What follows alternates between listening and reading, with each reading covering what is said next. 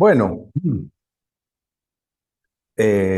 yo querría proponer que trabajáramos estos dos textos, un momentito, cada uno con su Biblia, eh, buscar en estos dos textos que eh, tienen una fuerza descriptiva impresionante, eh, mm, preguntarnos primero subrayar cuáles son los términos guerreros que ven, o bélicos, que encuentran, cuáles son qué tipo de imágenes visuales y auditivas aparecen y cómo se articulan entre sí, ¿no? En los dos textos me parece importante eh, eso, ¿no? Entonces leerlos primero y ver qué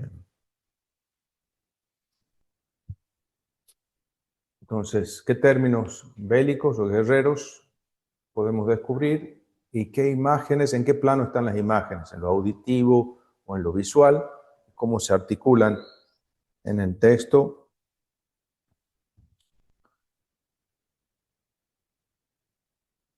Y después intentan también señalar las fórmulas típicas de los textos proféticos que encuentran allí. Si acaso encontramos en estos poemas algunos elementos que son como muy típicos del discurso profético en otros libros. Nos tomamos un tiempito para verlo.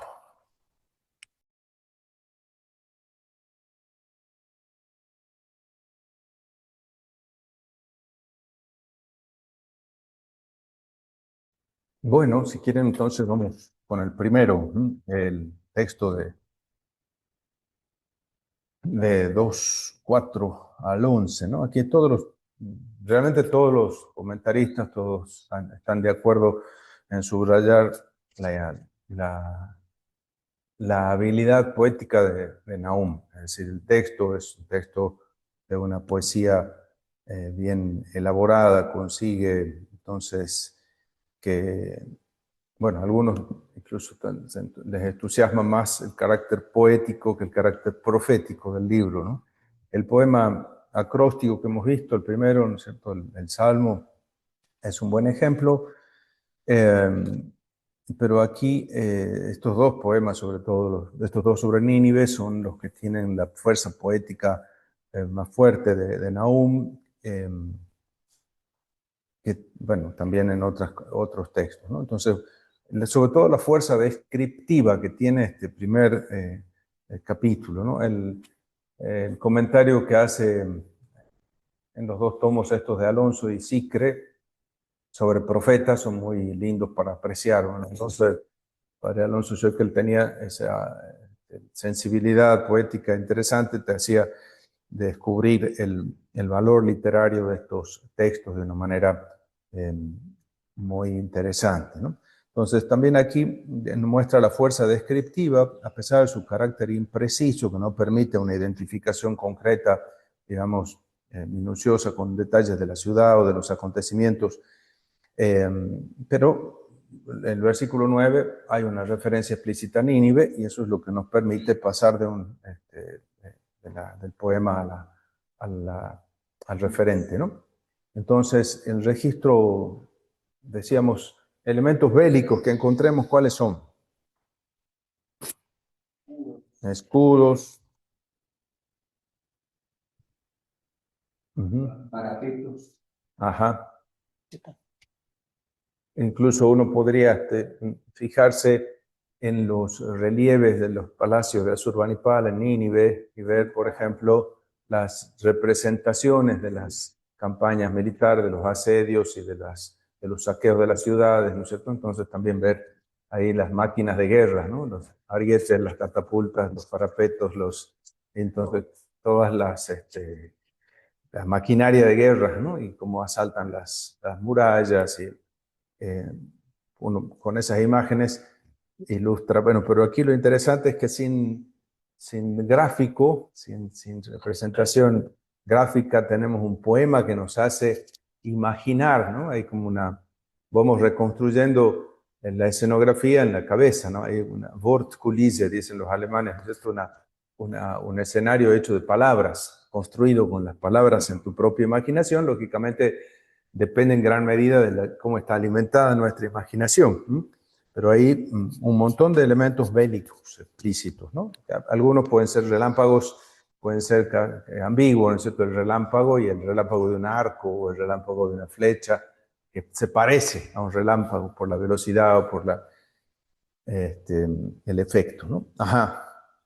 Entonces, después un registro visual, registro sonoro, registro visual donde,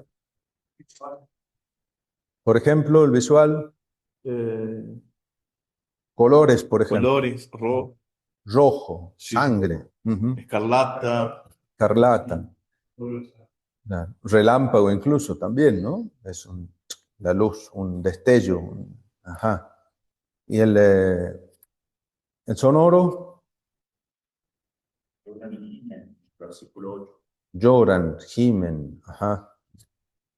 Voz de pecho también en el 8. Además, dice, se da la voz a los capitanes en su marcha se entrechocan, se apresuran a la muralla, ¿no? En la marcha, bueno, cierto, el, el paso de los caballos o de los carros y el entrechocarse, ¿eh? Y después, sobre todo, esta cuestión del movimiento, ¿no? Hay un acelerarse del movimiento. Se pasa entonces del registro visual con el color en 4A al registro del movimiento a partir de 4B. La doble connotación del movimiento de la batalla primero, ¿no es cierto? Versículos, dice, brillan como fuego en sus carros cuando están en formación, se impacientan los jinetes, ¿no? Vemos ahí la inquietud de los caballos y los jinetes, etcétera, ¿no?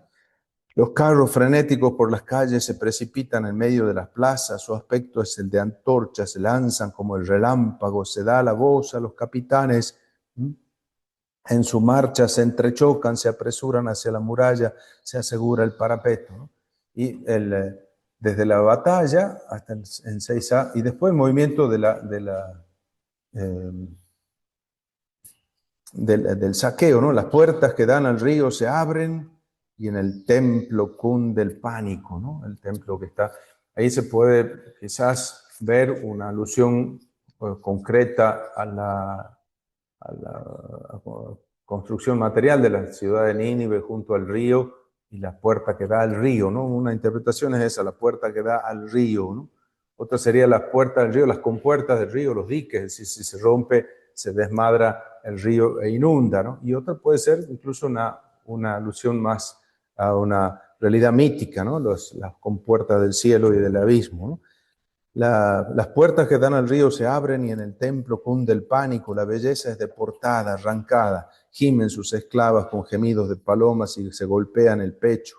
Nínive es una alberca cuyas aguas se escapan, ¿no? Se raja y se escapan irrefrenables las aguas eh, de la... ¿no? Entonces hay una descripción aquí en el castellano, por ahí no aparecen las tan explícitas las indicaciones pero sí hay interrogativos, imperativos, exclamativos, descripciones y después estas imágenes de Iné, he aquí, ¿no? En 2:14 también, ¿no es cierto? ¿No? Entonces, al final, noten en el versículo 9, ya cuando se llega a la mención explícita de Nínive, es una alberca, una pileta, cuyas aguas se escapan. Deteneos, deteneos, pero nadie se vuelve, es decir, no se las puede frenar. Entonces, el intento fallido de frenar las cosas que se escapan irrefrenablemente. Entonces, comienza con la descripción del ejército enemigo, con datos muy impresionistas de color, el rojo, los escudos, la sangre.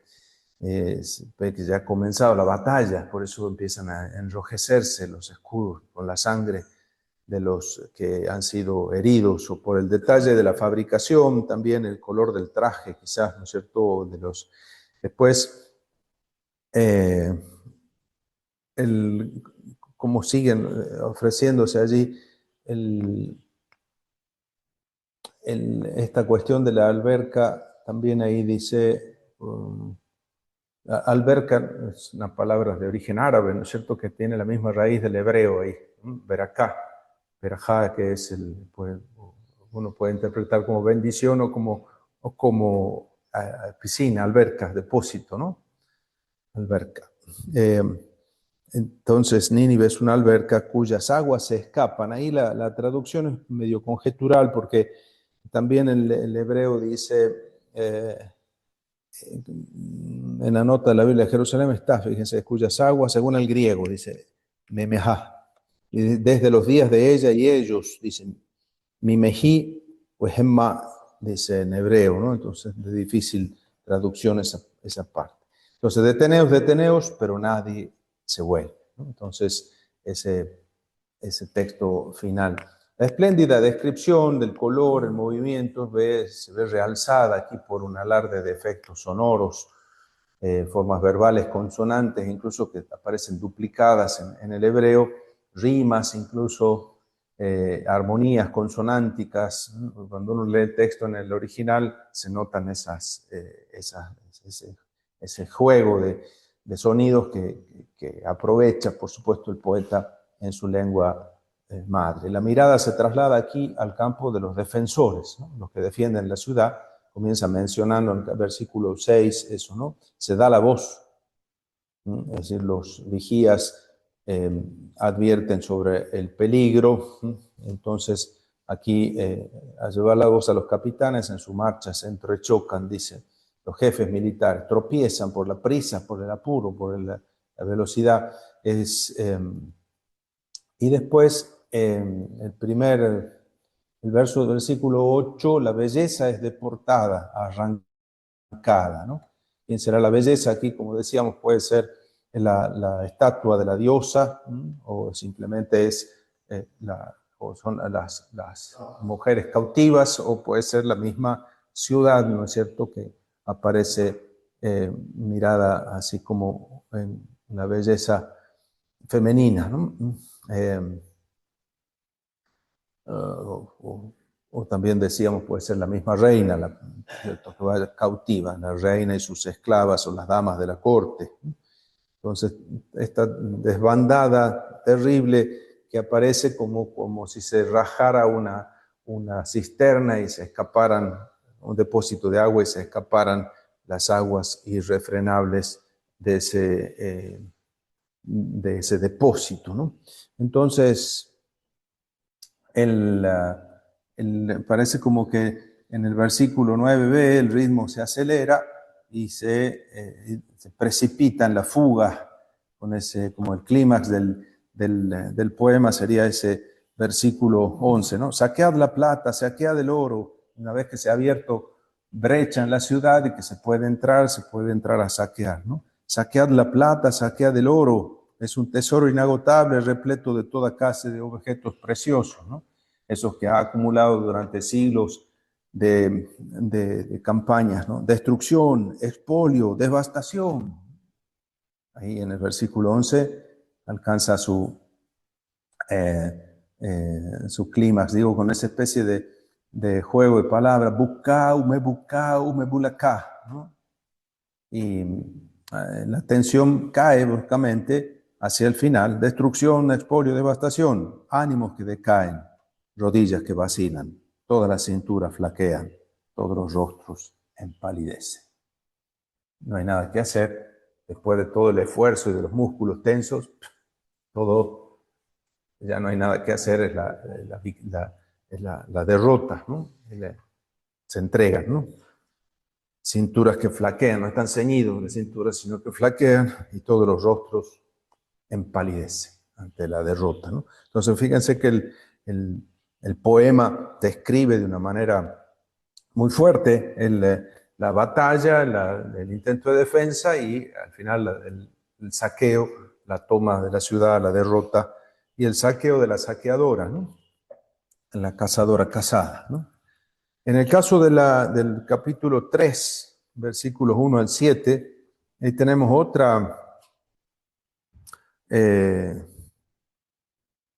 otro poema, ¿no? En la traducción de Alonso dice: ay de la ciudad sanguinaria y traidora, repleta de rapiñas, insaciable de despojos. Escuchad, látigos, estrépito de ruedas, caballos de galope, carros rebotando, jinetes al asalto, llamear de espadas, relampagueo de lanzas, multitud de heridas, masas de cadáveres, cadáveres sin fin, se tropiezan en cadáveres.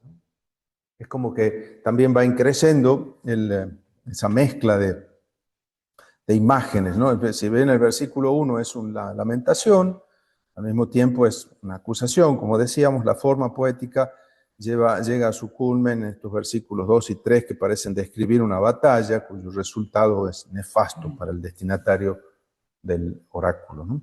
La fuerza excepcional de estos versículos, dos versículos, reside sobre todo en la acumulación de sustantivos, en la ausencia de formas verbales, ¿no? Son simplemente sustantivos que están yuxtapuestos, ¿no? Salvo al final, ¿no es cierto?, la última línea. El lenguaje que se usa es perfectamente adecuado a esta descripción, un texto que no necesita más que eso, ¿no? Y es como si fuese una sucesión de imágenes, como un montaje de diapositivas, ¿no es cierto?, imágenes que se suceden, ¿no? Entonces, chasquido de látigos, estrépito de ruedas, caballos que galopan, carros que asaltan, caballería que avanza, llamear de espadas, centenar de lanzas, multitud de heridos, montones de muertos, cadáveres sin fin. Así como que la muerte hace su aparición cada vez más fuerte, ¿no es cierto? Desde los látigos, las ruedas, los galopes de los caballos, los carros, las espadas, los heridos, los muertos, y los muertos que se acumulan, tropieza uno con cadáveres, ¿no? Entonces una ciudad que había estado llena del fruto de los saqueos y de la rapiña, ahora está llena de muertos, ¿no? Muertos. Entonces, y enseguida los versículos siguientes, como decíamos, que hablan del castigo de la hechicera, la bruja. Entonces, ¿y fórmulas típicas de textos proféticos han encontrado? Sí. ¿Cuáles?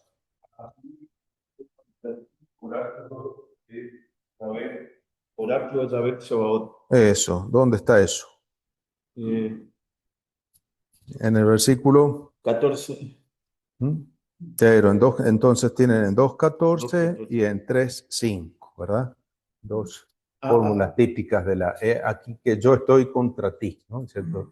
El deíctico es el hinné o hineni, yo vengo contra ti. Aquí estoy ya presente para castigar.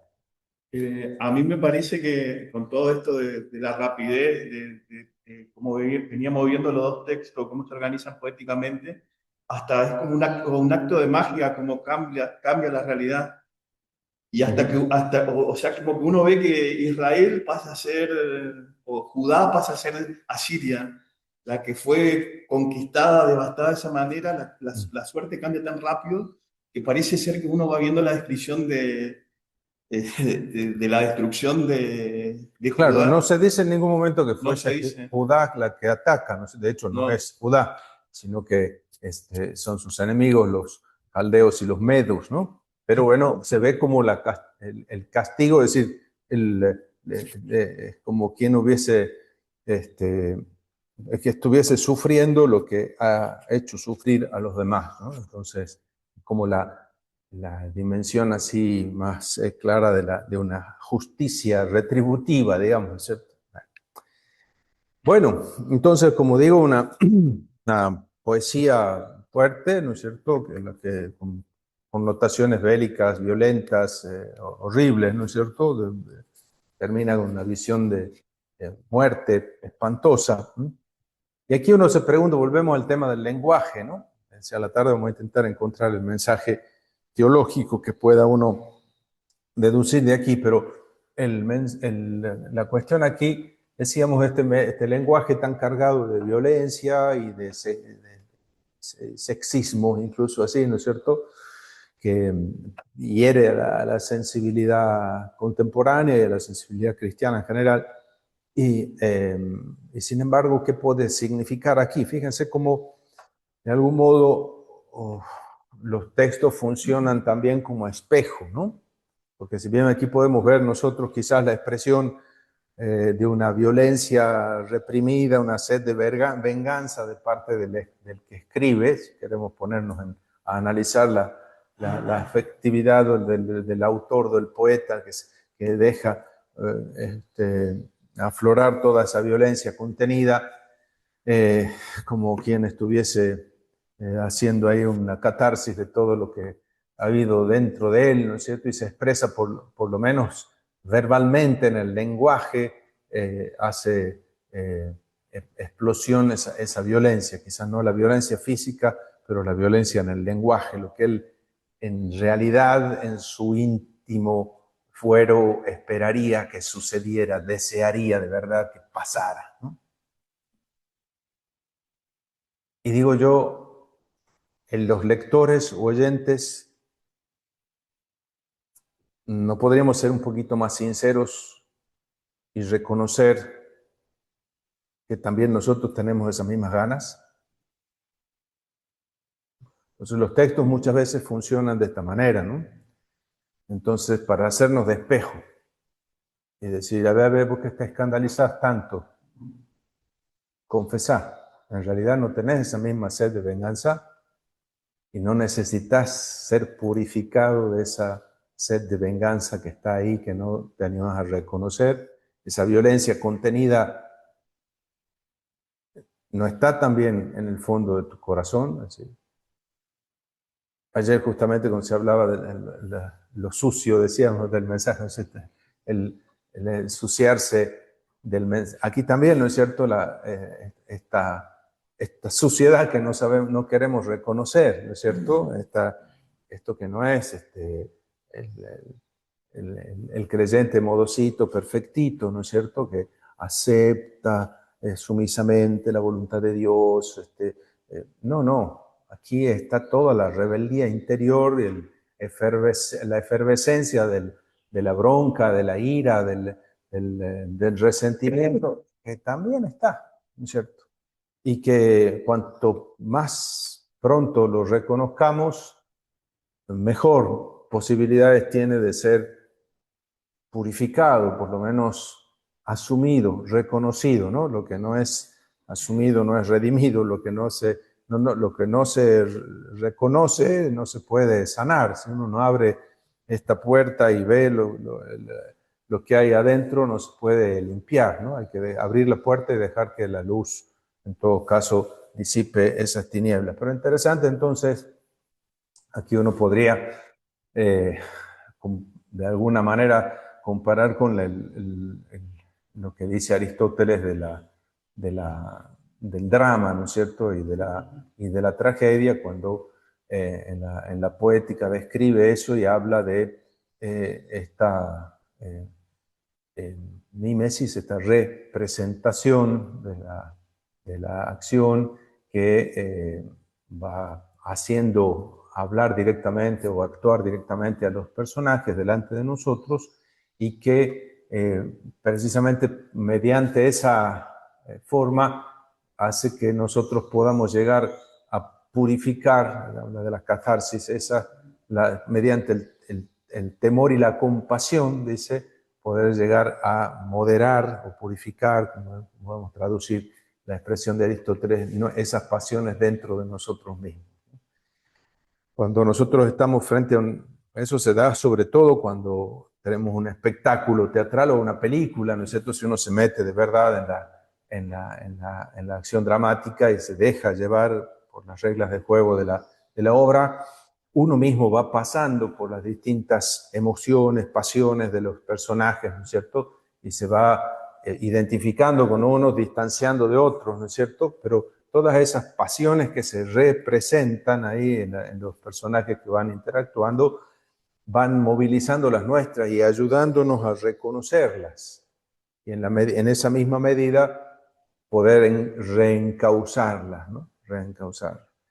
Yo creo que también en esto estos textos pueden ayudar a confesar, ¿cierto?, lo que hay dentro de nosotros también de esto mismo, ¿no es cierto? Entonces no seamos tan puritanos, o tan como están pretendidamente puros e inmaculados y apáticos en el sentido de no tener pasiones, que no reconozcamos que en realidad también nos hierve la sangre, y que gracias a Dios no hacemos lo que desearíamos hacer en el foro más íntimo. Estamos bien educados, pero eso no significa que no haya dentro de nosotros todo esa efervescencia, ¿no?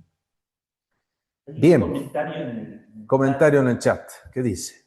Caldeos mineros son el azote de Dios.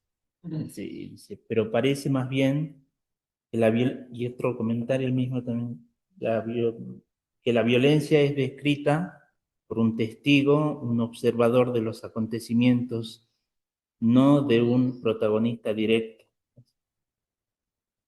Ajá, sí.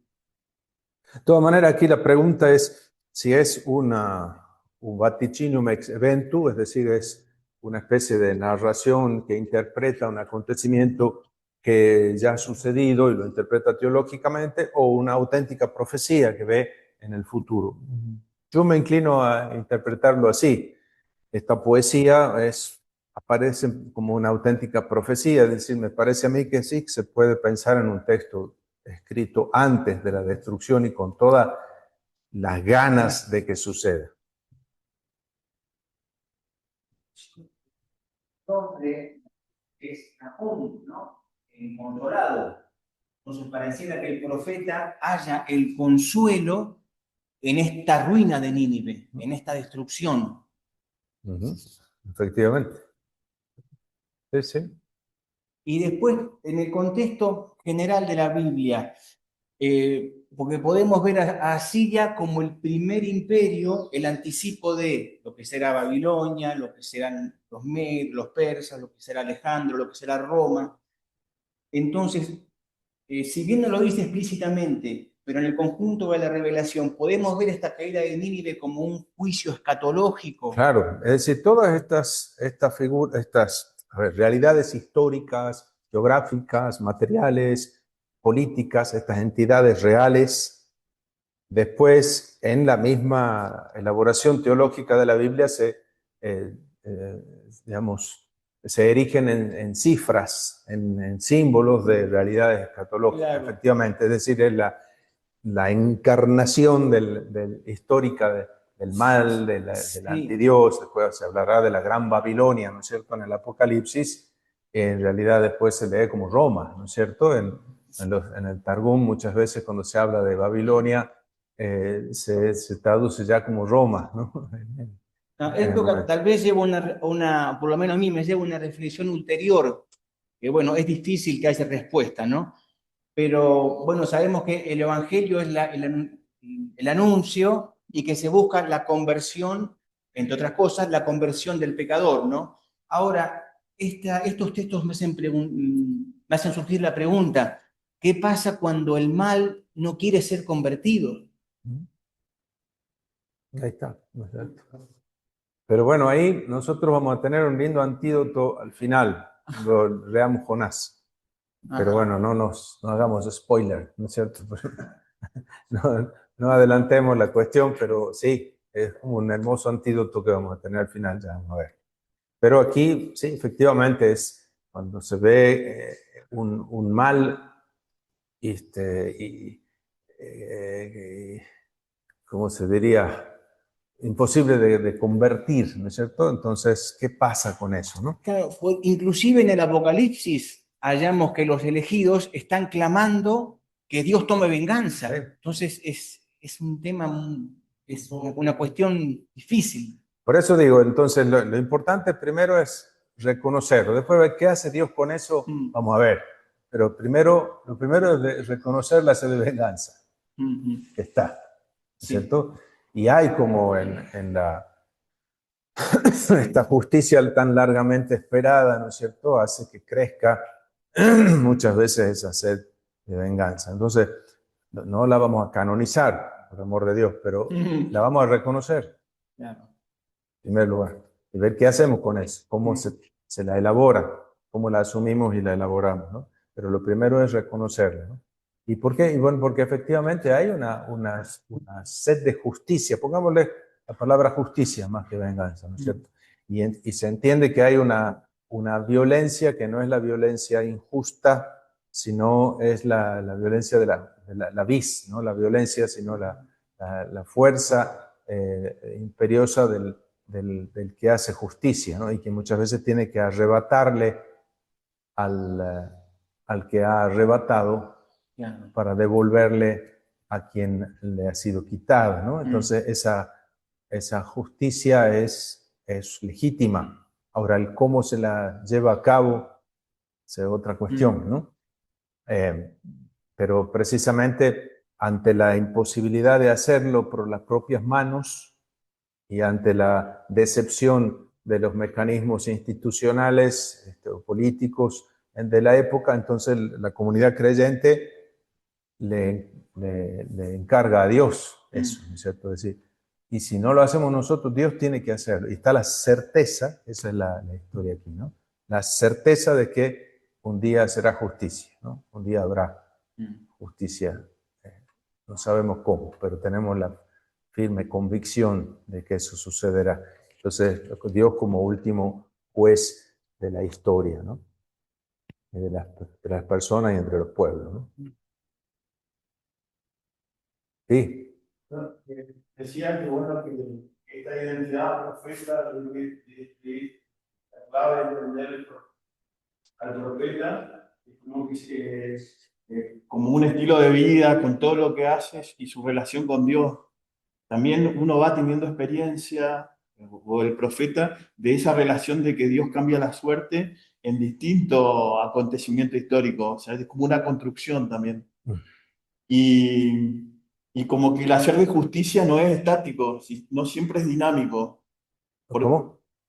No es estático, siempre es dinámico. Es siempre dinámico. Si bien si Dios hace justicia, parece que la injusticia sigue, pero... Ajá, siempre va a haber necesidad. Sí. Sí, sí, e incluso aun cuando en algún momento se identifique con alguna entidad histórica esta cuestión, otra vez se puede desplazarse a otro lado, ¿no es cierto? Lo que en Isaías capítulo 10 era interpretado como el azote de Dios a Siria, ¿no es cierto? Látigo en mis manos, pero resulta que el látigo se ha ensoberbecido contra el que lo empuña, ¿no?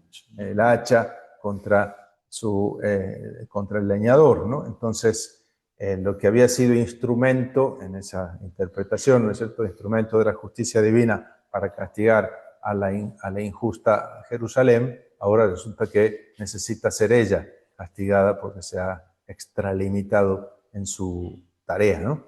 Y así sucesivamente. Entonces, nadie está confirmado en gracia, digamos, y nadie puede decir yo soy instrumento de Dios, así como en absoluto. Lo será relativamente, en la medida en que... Bueno. Muy bien. Nicolás. Una pequeña en relación a eso que comentabas recién de que si es un texto que describe un suceso ya ocurrido o es algo que está profetizando. Si no mal recuerdo, desde que Babilonia empieza a avanzar hacia Nínive contra el imperio asirio, creo que pasan más de 12 años hasta que llega a tomar la capital, apoyada por los medos. O sea, era un buen periodo como para que se empezara a ver que el imperio se resquebrajara. Supongo que habrán trasladado muchas tropas que tenían a lo mejor en Occidente controlando la parte de Israel para intentar defender la capital. O sea. Sí, sí.